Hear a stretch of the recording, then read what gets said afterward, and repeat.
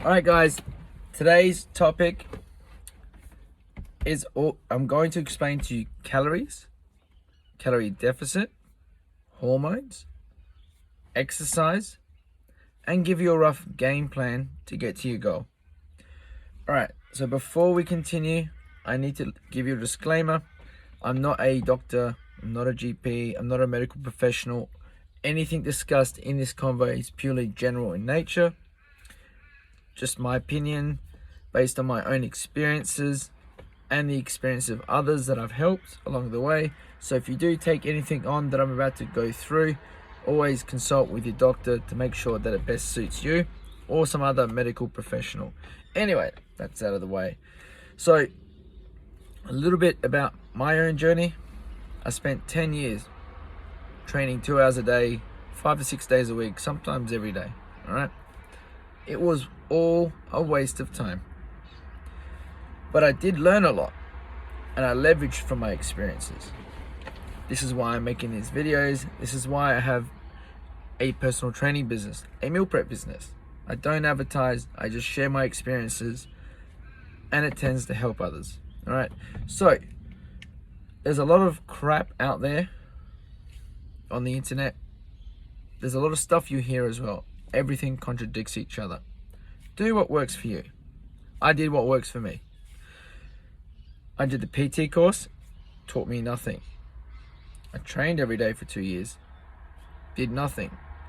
I grew up in the back of a chicken shop, fish and chips, plus an ethnic mother, bad combination. My brothers got to 150, I got to just over 100.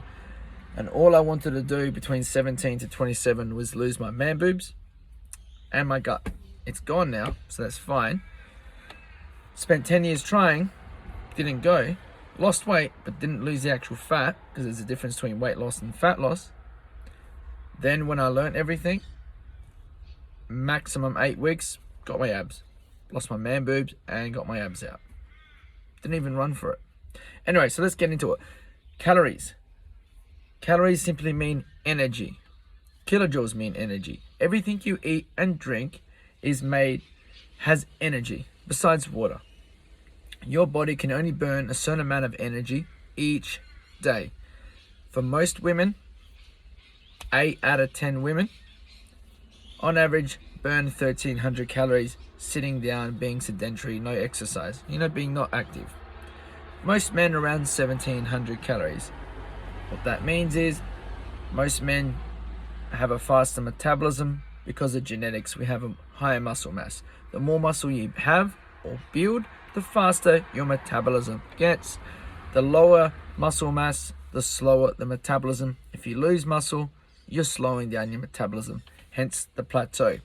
Remember, I want you to remember there's a difference between weight loss and fat loss. Just because the scale goes down does not mean it's body fat. 90% of the time, it's actually water and muscle. All right. So, calories mean energy. Let's take the example that your body burns 1,300 calories on average. When you eat above 1,300 calories, doesn't matter how healthy it is, let's say we're eating 1,500 calories and we're sedentary, we're not creating a demand for anything above 1,300. So the more you move, the more calories you burn on top of that 1,300.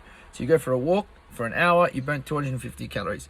So your 1,300 plus 250, you're burning 1,550 calories. Let's keep it simple. We're not exercising throughout this whole combo. All right. So we're burning 13. We decide to eat 1,500 calories today. That extra 200 calories was from chicken and sweet potato. Your body will turn that to fat straight away. No ifs, no buts. Let's say it's come 3 p.m. You've hit 1,300 calories. You go home at 5, eat dinner at 6. Your dinner turns straight to fat, no matter how healthy it is. That's the sad truth. It is unfair. It's bullshit. I hate the way it works, but that's reality. There is a, light at the end of the tunnel, but that's what your body does. Instantly turns it to fat. Okay? Now on the flip side, your body's burning 13. You're not going to do any exercise.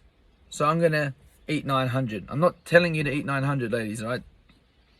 You do what you want, but I'm not telling you to eat 900 calories. But if you eat 900 calories and your body's burning 13. You're creating a calorie deficit of 400 calories. Your body goes, look, I need 13 just to stay awake and function and run all your vital systems, give you some brain power, keep you awake. You've gone to bed and you've had 900 for the whole day. Your body goes, look, I need that 400 still.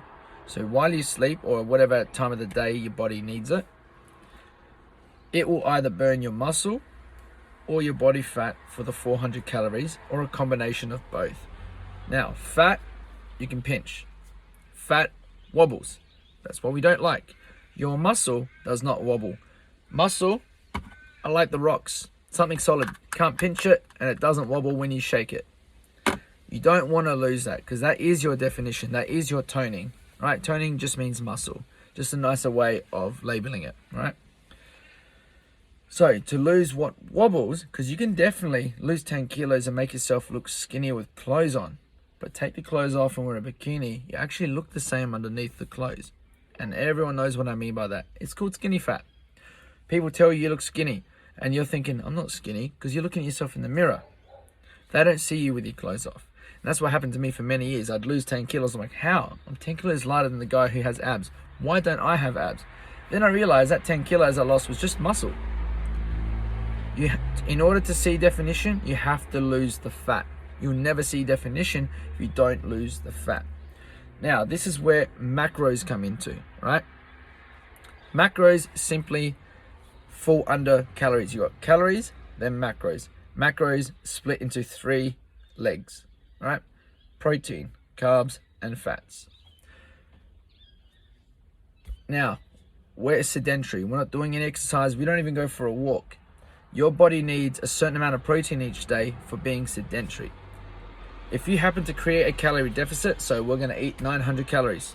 I'm not telling you eat 900. You can definitely eat 1800 and lose fat. Even 2800, 3300, whatever. All right?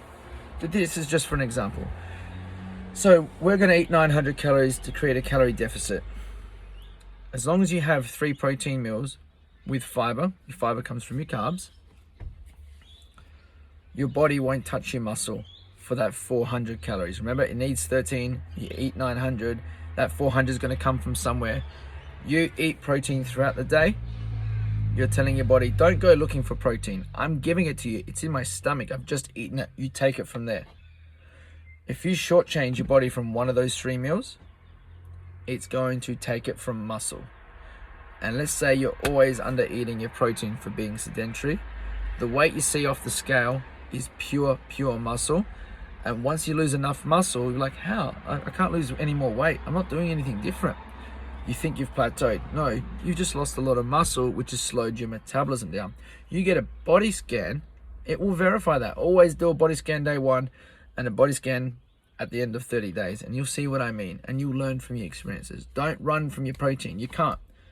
Even if your goal is not to lose body fat, you still need protein, because when you eat below the minimum that your body needs in protein, it strips your muscle. And as you get older, your metabolism gets slower from muscle loss over time.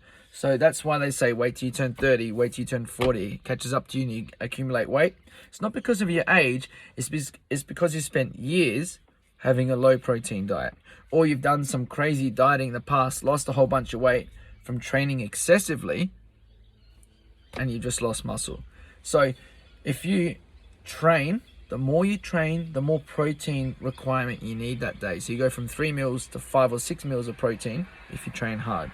Okay, so if you're not eating 3, don't train hard. Don't lift weights for more than 30 minutes.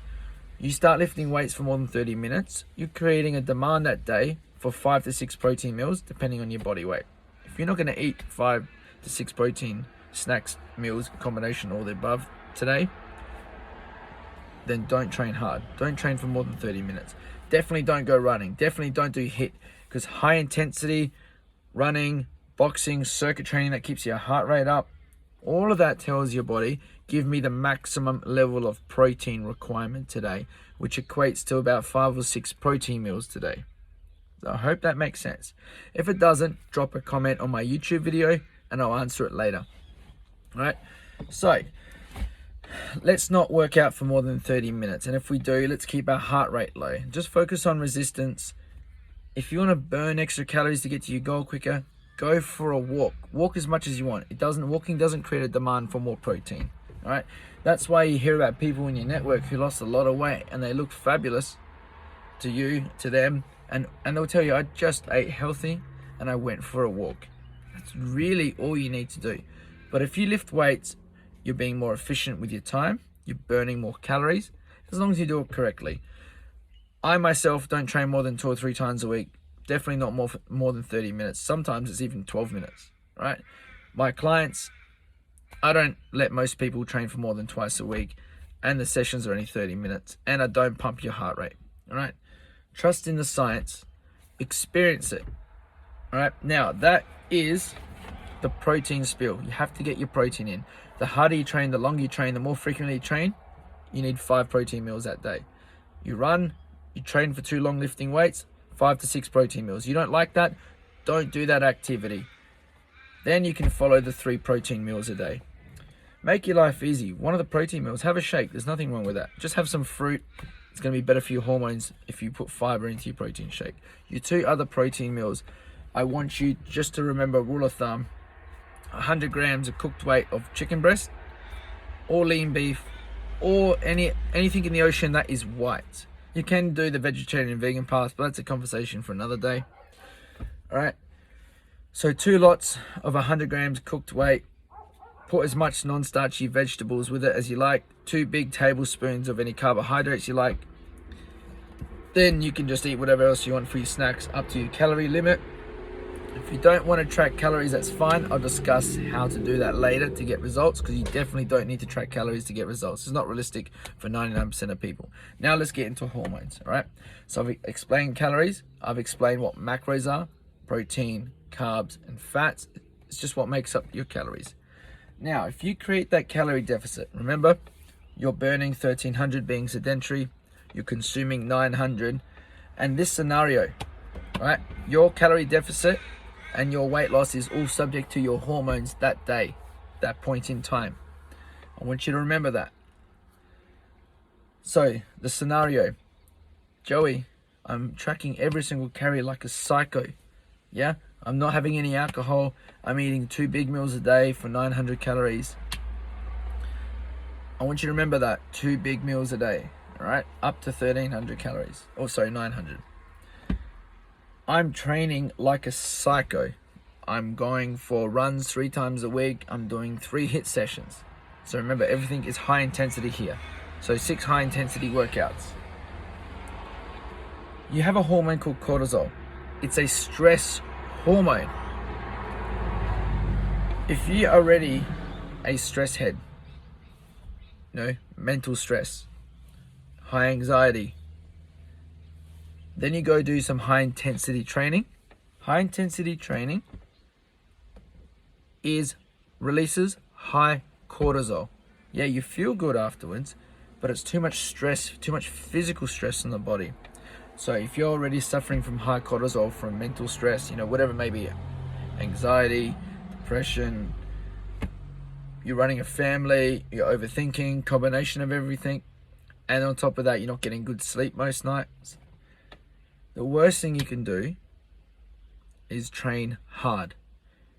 Because when you add that extra training in and it's so abusive, your body releases even more cortisol to manage the situation it's in, and it goes, all right, I will manage at the expense of some vital organ. So it literally shuts down your digestive system or slows it right down, and your body's not burning anything, pretty much. Another way of viewing it as you're on your laptop, you're on a desktop computer, and you have so many windows open and it starts lagging. That's how your body responds when you're stressed out. It starts lagging, starts freezing, starts glitching. Now, when your laptop starts doing that, what do? You start closing down apps and it starts running faster. Your body does the same thing. It goes, what can I slow down? What can I shut down just to survive the high stress that I'm in? Oh, I know what. Your digestive system, that's taking up a lot of energy. So I'm just going to slow that down or shut that down. Hence why you're not getting results when you're training hard and counting every calorie, because your body's too stressed and you don't realize. So if you're in that situation and you feel that is you, go get a blood test to confirm your high cortisol. If you don't want to get a blood test, that's fine. Do an experiment. Go for 2 weeks. I'm not going to run.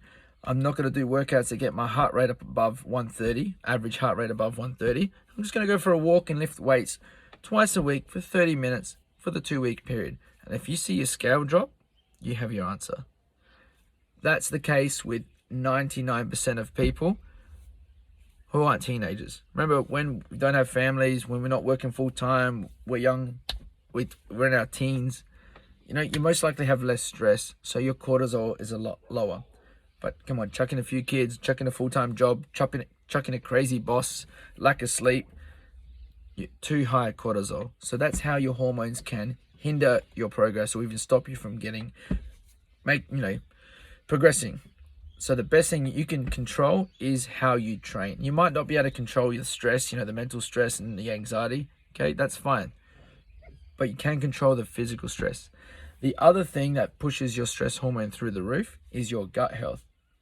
If you don't drink enough water and you're not hydrated regularly, that tells your body to release more cortisol, therefore making it harder for you to lose body fat from high cortisol. Easy, fixed. Remind yourself to drink water, all right? Lots of water, just hammer it. That one's an easy one. That one you can easily resolve on your own. The other one is your gut health.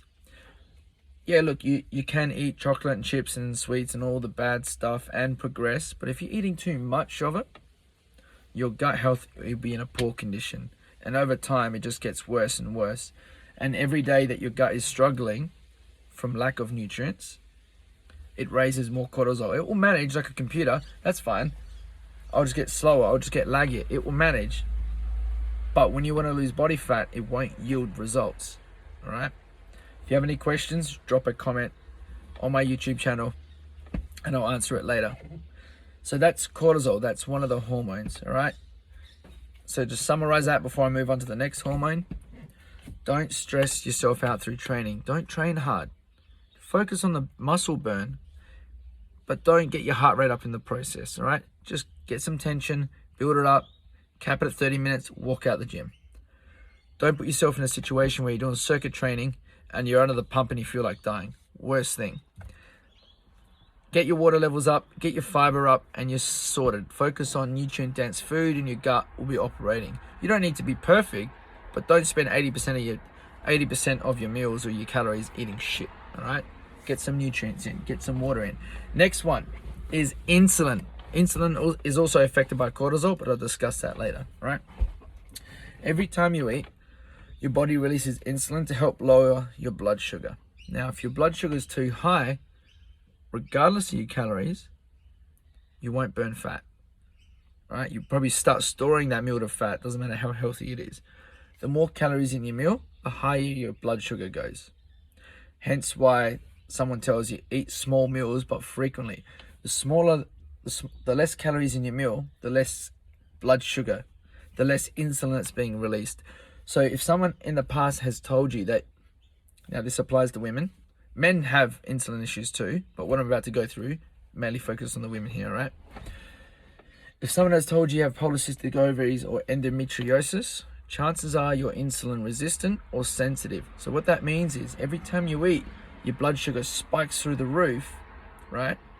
And your body doesn't know how to deal. So it goes, nah, I'm not going to convert this meal to energy. I'm resistant or I'm sensitive. I'm just going to store that meal to fat regardless how healthy it is. Remember that. It just literally turns your meal to fat, all right? Regardless whether you're in a deficit or not. You could eat your breakfast, have too many calories in your breakfast, and it turns to fat regardless how healthy it is. Does that make sense? To get around that, go book yourself in with a doctor, get a glucose test and a blood test to test your sugar levels, all right? Then you can get meds or natural stuff to help fix that. But in the meantime, to get the body burning while you're waiting on recovering your insulin, instead of having 1,000 calories for breakfast, let's say you're eating 1,500 calories for the day, all right? All right, I'm going to have no more than 400 calories in a 3-hour window. I'm going to eat breakfast, no more than 400. Then I'm going to eat lunch, no more than 400. If you follow that rule and split your calories up over the day, you won't be releasing much insulin, and your body will stand a really good chance of converting that meal to energy when you're sensitive. If you're insulin resistant and someone has told you that and you're not on medication to fix it, not only you cannot exceed 350, 400 calories in a meal, but you got to keep the carb content of that meal below 25 grams, not in weight, but the actual 25 gram macro. So that's just the second step in the process. If you want to learn more about that, hit me up. All right. So if you're insulin sensitive or resistant, your meals turn to fat essentially. So if you know you're tracking every calorie, but you're having 2 meals, remember what I said to you before, remember 2 meals a day? That means you're splitting your 1500 calories into 750 calories in each meal. All right. Your body does not like that when you're insulin sensitive or resistant. It goes, hey, this is more than 350, 400. I can't handle this. You're having 750 calories in a meal. I'm going to turn it straight to fat no matter how healthy it is. All right. To get around that, cut that meal in half. If you want to binge and you want to feel full, fill up your plate with non-starchy vegetables and low-calorie fruits, and you're fine. You're not going to be able to eat enough volume to spike your insulin very high. Okay. But if you're sitting there eating bread and pasta, that's why it's bad when you have insulin issues, because chances are that 2 slices of bread will tell your body to turn it straight to fat. That bowl of pasta 100% will turn to fat if you're insulin resistant. All right. There is lots of science behind it. It's known as high GI and low GI. So if you're insulin resistant or sensitive, you want to avoid high GI carbohydrates as much as you can, or have such a small amount. Google what is high GI and low GI, and you'll get a list of high GI carbohydrates and low GI. And just look at the list and see what you like and see what you need to work on eating less of. All right. So, in summary, we've discussed calories. I've explained what that is. I've explained what calorie deficit is. I've explained what macros are. Remember, macros are your protein, your carbs, and your fats. I've exercised in short, my own personal message from my experience. Don't neck yourself in the gym. Get in there, get a pump, get out, no more than 30 minutes. If you want 20 minutes even, no more than twice a week, and focus on walking, all right? Because it does a world of wonders. Now, realistically, most people don't track calories to get results, and most of my clients don't track calories. But because I deal with them on a personal level, I give them a game plan, and I tell them what I did. I didn't focus on calories. I'm a wog. I hate calories. But I did eventually learn calories, and that's what really speeds up the process. So you'll get awesome results without tracking. It's just going to take longer, but your results are 10 times more accelerated if you understand calories and stick to your calories. All right. So let's discuss how to move forward without tracking calories until you get there. All right. So those who fail don't understand their habits and don't work towards building good habits. You need to have your food ready in the fridge. Whether you buy my meal preps or somebody else's, it doesn't matter. Even if you make them, just have them there. Make them, buy them, whatever. All right. If you're going to buy them, before I get into this next bit, doesn't matter who it's from. I want you to look at the label on the back and make sure there's no more than 25 to 30 grams of protein in that meal. At least 6 grams of fiber and 25 grams of carbs or less. So that means you can get meal preps from anywhere. Just remember to look at that on the nutritional label. No more than 30 grams of protein. No less than 25 grams of protein. You'll find some that are 40, 50 grams of protein. Do not go down that path if you suspect you have insulin sensitivity issues or insulin resistance. That's why a lot of people stick to the 30 gram rule, because it doesn't spike your insulin too high. All right. Protein on its own and high protein would definitely spike your insulin and turn to fat if you're sensitive or resistant. All right. That's why I said stick to 25 to 30. Look at the fiber. If you're going to spend money on meal preps, not all meal preps are made the same. Don't spend money on convenient preps. Spend money on meal preps that are convenient and have the right balance of macros, so you don't have to think too much and get fat loss results, not weight loss results. So 6 grams of fiber, 25 grams of carbs or less, and try to find a meal that has less than 10 grams of fat. Otherwise, you're just having too many calories and it's pointless to have that much fat in your diet, right? Save it for your snacks like your chocolate and your chips and your ice cream, because that's what we really, really want, all right? So 3 meals a day. Make your life easy. Have one of them protein shake, have some yogurt or fruit with it, whatever you want, turn to a smoothie. 2 other meals, make sure they're ready, prep them on a Sunday for the week. You can keep them in the fridge until Saturday, just check to make sure it doesn't go off. Right, those 2 meals that you're going to cook up, 100 grams of cooked weight of white fish, chicken breast, lean beef, even egg whites, yogurt, whatever. Get creative, have 2 of them ready for each day, or at least 5 days of the week. 2 big tablespoons of whatever natural carbohydrates that are low GI that come from the ground, and just Google low GI carbs, and as much as non-starchy vegetables in that meal. You want to put a kilo lettuce, put a kilo lettuce. Spinach, broccoli, whatever. Non-starchy vegetables, load it up, keep full. So 3 meals a day, protein shake for 1, have it for lunch if you want the shake. Doesn't matter which order you do it in. 2 meal preps. Make sure you have lots of fruit in the fridge ready to go. Lots of good vegetable snacks, because when you get home, you're hungry and you're starving. The last thing you want to do is go in there and start cutting up your fruit and whatnot. You'll go straight to the pantry if you don't have nothing ready, and there goes 1,000 calories from chocolate. Remember, your body can only burn 1,300. All right?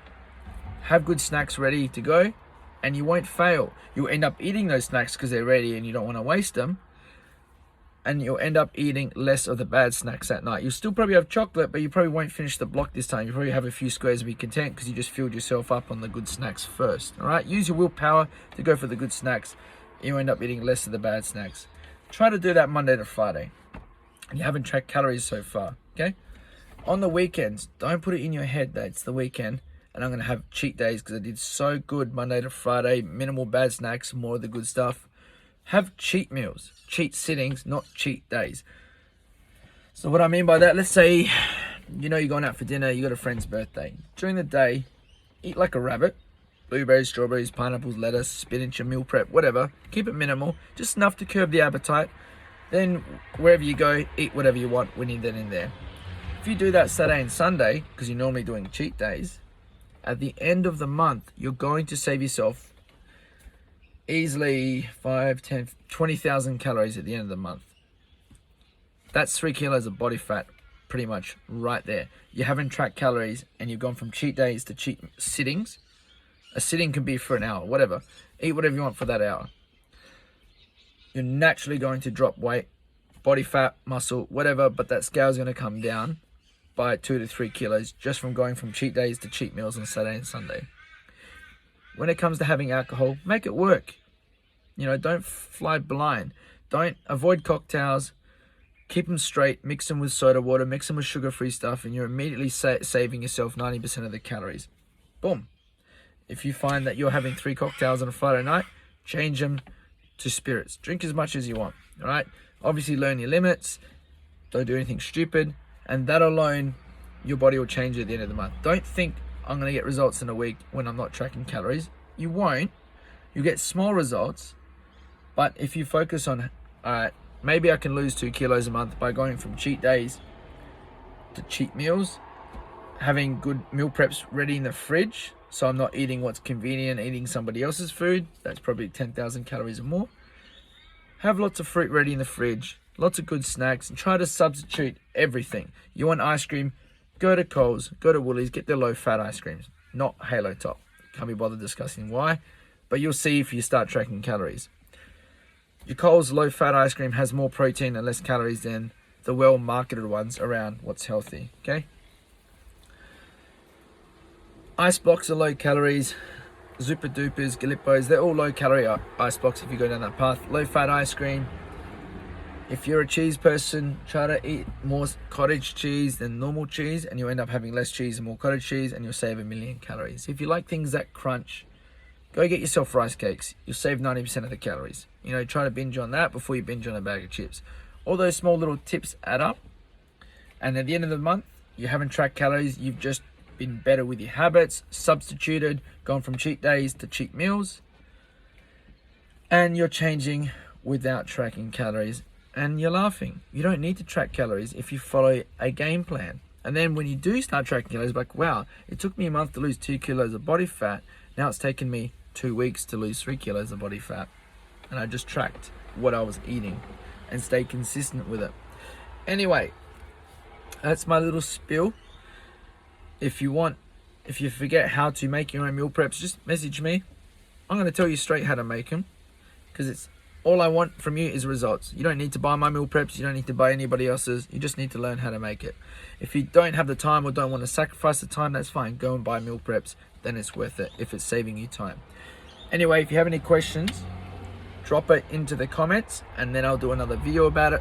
My next video is going to be about how to make alcohol work for your results. You can most definitely get results drinking alcohol, but you cannot do it blindly. And I'm going to spend 20 minutes on my next video at least elaborating, expanding on it to teach you to make it how it works. Because let's be real, you're not going to cut alcohol out for the rest of your life if you're a drinker. Like me, I drink Friday and Saturday and I make it work.